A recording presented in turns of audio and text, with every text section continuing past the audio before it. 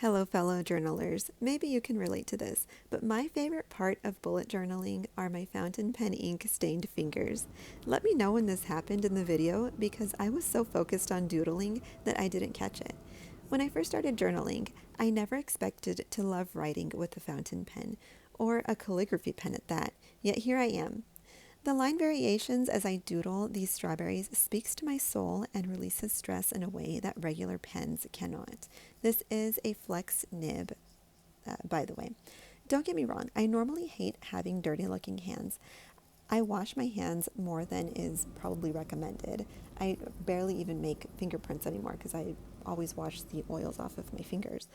Don't get me wrong though, these stains don't represent dirty hands to me. They represent the 20 to 30 minutes that I got to take today to feel calm and in the moment, totally focused on something that brings me so much joy, rather than focusing on washing dishes and cleaning my house. So I took the time to, you could call it self-care, to journal. And the reason I journal every day, or try to, is threefold. I need to track my meals. I must plan my day to prioritize the chaos of raising three children. And finally, to reflect on the many blessings God has given me instead of the negative things we all face. Here, I decided to fill my strawberries with this very viral ink, the Kobe strawberry chocolate. As soon as I saw somebody swatch this ink, I knew I had to have it.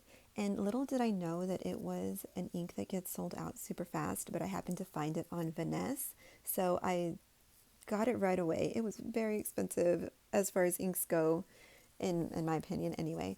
But I just had to have it. So here I'm just using my Kakimori nib to make some shading on these strawberries. That makes me so happy. Being able to doodle in my sketchbook as a planner is just such a great way for me to relieve stress. I used to use a journal, not a regular planner to do this, but I decided that Bujo journaling was right for me because it was more customizable to what I needed in my life. So I decided to start tracking the things that I needed to track, which in my case was meals. However, I might include water in here pretty soon. But this is my favorite way to journal, is to have complete control over what I do each day. And if for some reason I find myself in a rut where I'm just not journaling for like weeks or months at a time, I can be okay with it. I just won't do those weeks. I'll use those pages for something else, or I'll just leave them blank if I already had them drawn up. But just the process of getting them ready is something that is a stress reliever for me. So it's, I guess, a coping mechanism for me to relieve some stress in a very chaotic and stressful situation at times. Raising small children just really stretches you in a way that nothing else other than caregiving can. Here I'm using the Hongdian ink in Burley Wood.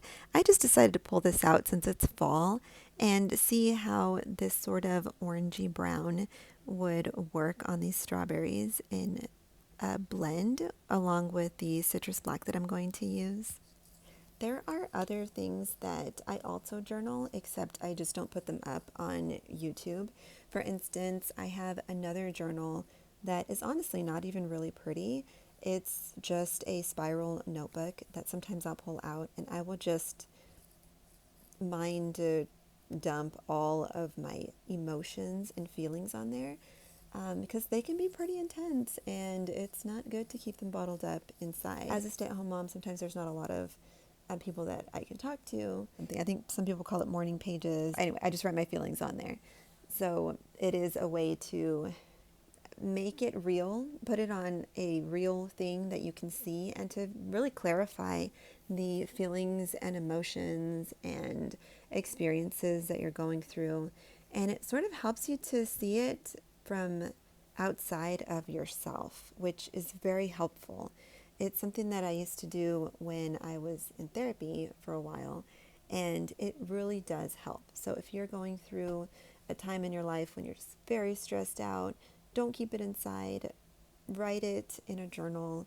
You don't even have to call it your journal. You can just write it your throwaway notebook or whatever. Because honestly, what I do is I'll just write stuff down in there, and then I will tear out the pages and tear them up really small and throw them away so that nobody ever finds them. Because, I'm not having these feelings to hurt other people. Oops, right here, I actually dropped my phone. I'm so glad that I didn't have any inks open at this time because it would have made a huge mess.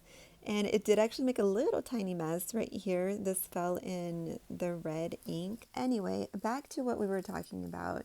I don't have these feelings because I want to hurt other people's feelings. I don't want people to know that I may be upset at them, because honestly, it might not even be about them. It might be about something else that I'm dealing with. And writing it down helps me to realize that it helps me to clarify it and to process it in a more mature way. And sometimes it doesn't even happen right away. It happens over days, and sometimes even over weeks.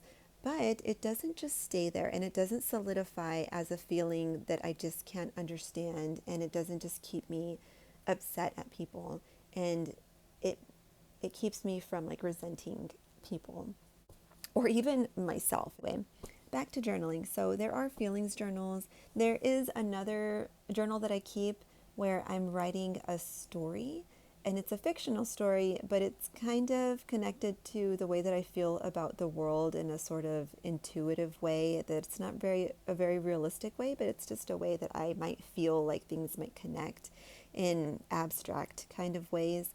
And really that just helps me to put it somewhere else where I'm not just holding on to it, and I can even look at it and see how ridiculous it sounds. So that also helps to keep me grounded. Okay, so I feel like I'm oversharing. Maybe this is all TMI, but if you're enjoying this content, then allow me to know it so I can make more.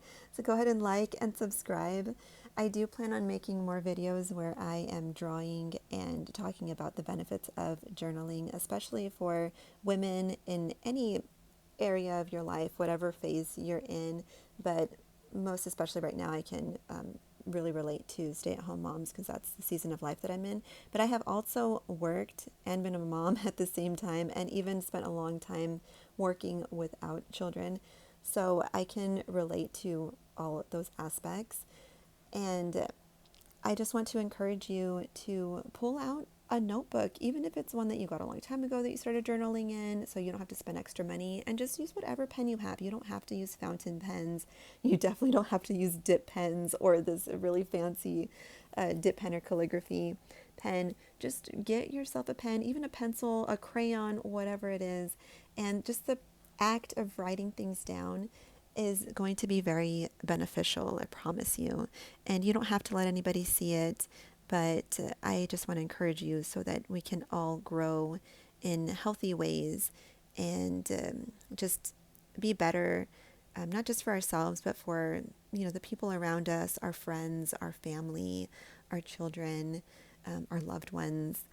Um, so thank you so much for watching, and I hope that you guys have a great week, and I will talk to you soon.